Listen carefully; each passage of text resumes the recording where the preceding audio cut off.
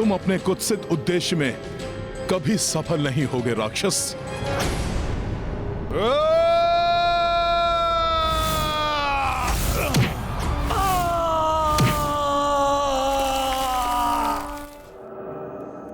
अब इसे उलझा कर रखने के लिए मुझे कोई दूसरा उपाय सोचना होगा।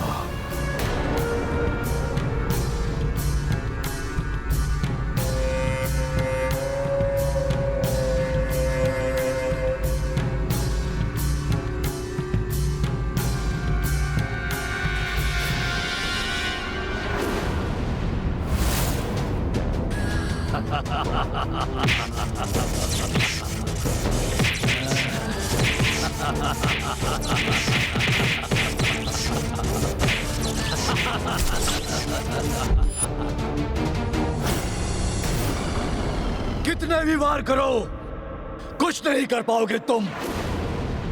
मेरा कवच मेरी रक्षा करता रहेगा।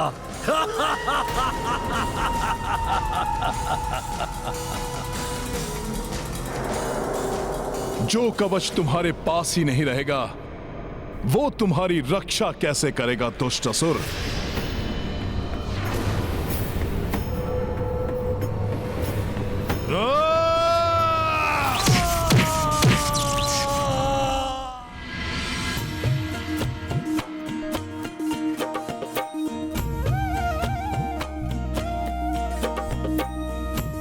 हे काग, ये काग बलि पिंड मैं आपको प्रस्तुत करता हूं।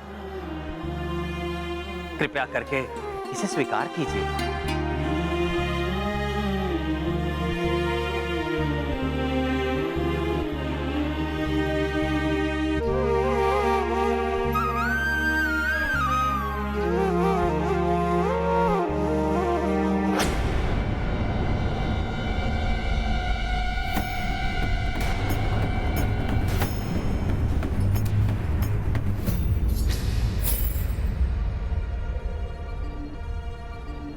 कागबली से मलिनता का निवारण होता है और पितरों की मुक्ति का मार्ग प्रशस्त होता है।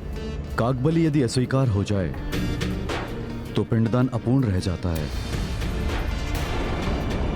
इसलिए कागबली के अस्वीकार करने से क्रिया पूर्ण नहीं होती। हमारे पास समय भी शेष नहीं है। यदि आज ये कार्य समय रहते पूर्ण न हुआ तो पिंडदान के लिए हमें 1 वर्ष की प्रतीक्षा करनी होगी।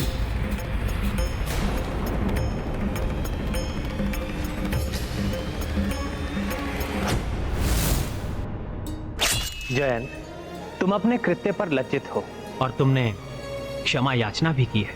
इसलिए मैं तुम्हें वर देता हूं, जो भी पितृपक्ष में तुम्हें भोजन देगा उसके पितृ उससे संतुष्ट रहेंगे। जिन प्रभु श्री राम के मुख से कागों को यह वरदान प्राप्त हुआ है कि पिंडदान की प्रक्रिया पूर्ण करने के लिए सर्वप्रथम उन्हें ही पिंडदान अर्पित होगा।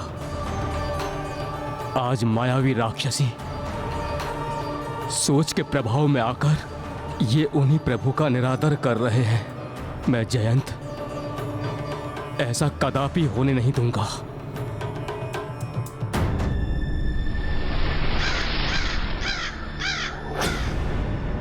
तुमने धर्म को अत्यंत ही दुर्बल समझ लिया है असुर। तुम कितनी भी चेष्टा कर लो असुर, धर्म को विफल करना इतना सरल नहीं है। धर्म अपने पंख फैलाकर जहां आवश्यकता होती है वहां स्वतः पहुंच जाता है। ये काग रूप धारण कर कौन चला आ रहा है यहां? रोको उसे।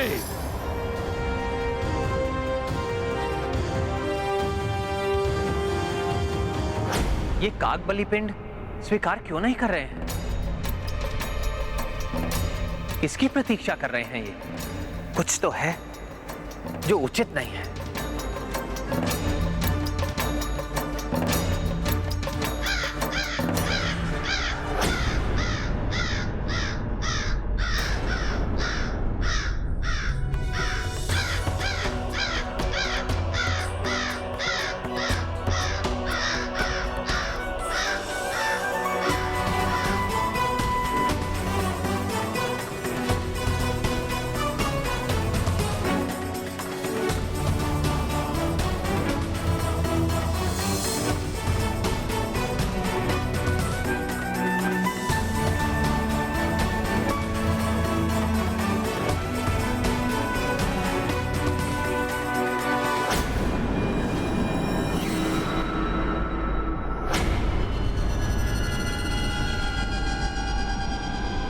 कितने आनंद की बात है ना हनुमान कि तुम हो तो बहुत बलवान, किंतु मैं भी कम नहीं।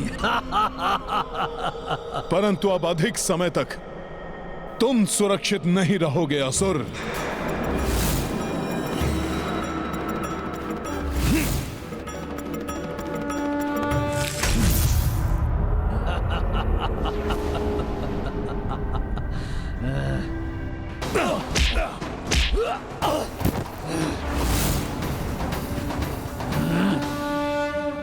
बहुत हुआ वानर, मैं तुम्हारे युद्ध कौशल से बहुत प्रभावित हुआ, परंतु अब तुम मेरी क्षमता देखो।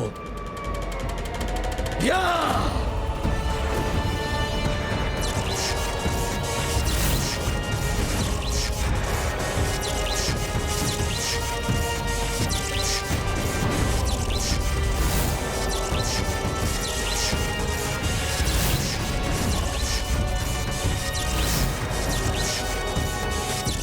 मार्कट, मेरे इस मुष्टि प्रहार को अब नहीं रोक सकोगे तुम।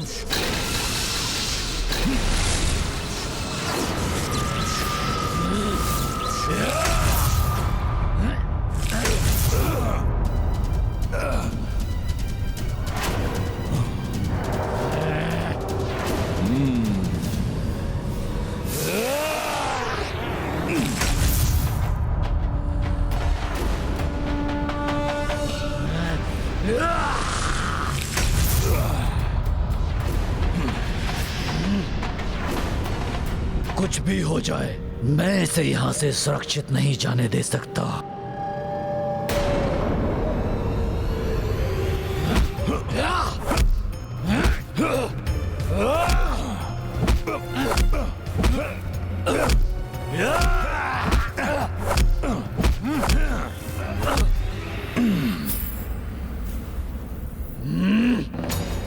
मैं इस पर कैसा भी प्रहार करूं, ये अपने कवच से उसे रोक लेगा। मुझे इसे किसी युक्ति से ही मिटाना होगा।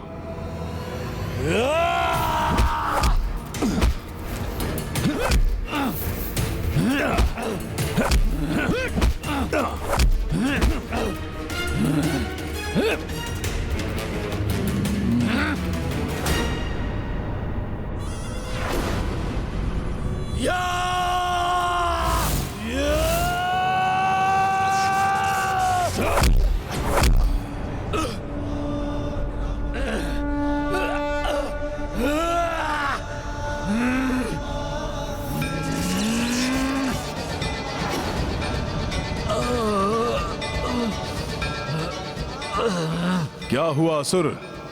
प्रतीत होता है तुम तो आहत हो गए। आओ, वार करो मुझ पर।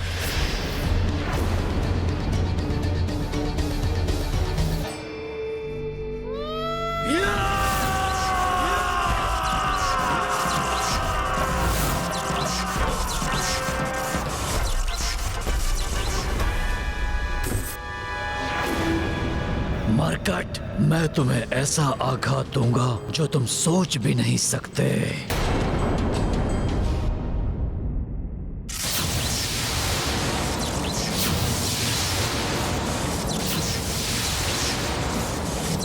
यदि तुम सोच रहे हो कि मैं रुक जाऊंगा तो तुम उचित सोच रहे हो, परंतु तब तक नहीं जब तक मैं अपने उद्देश्य में सफल ना हो जाऊं।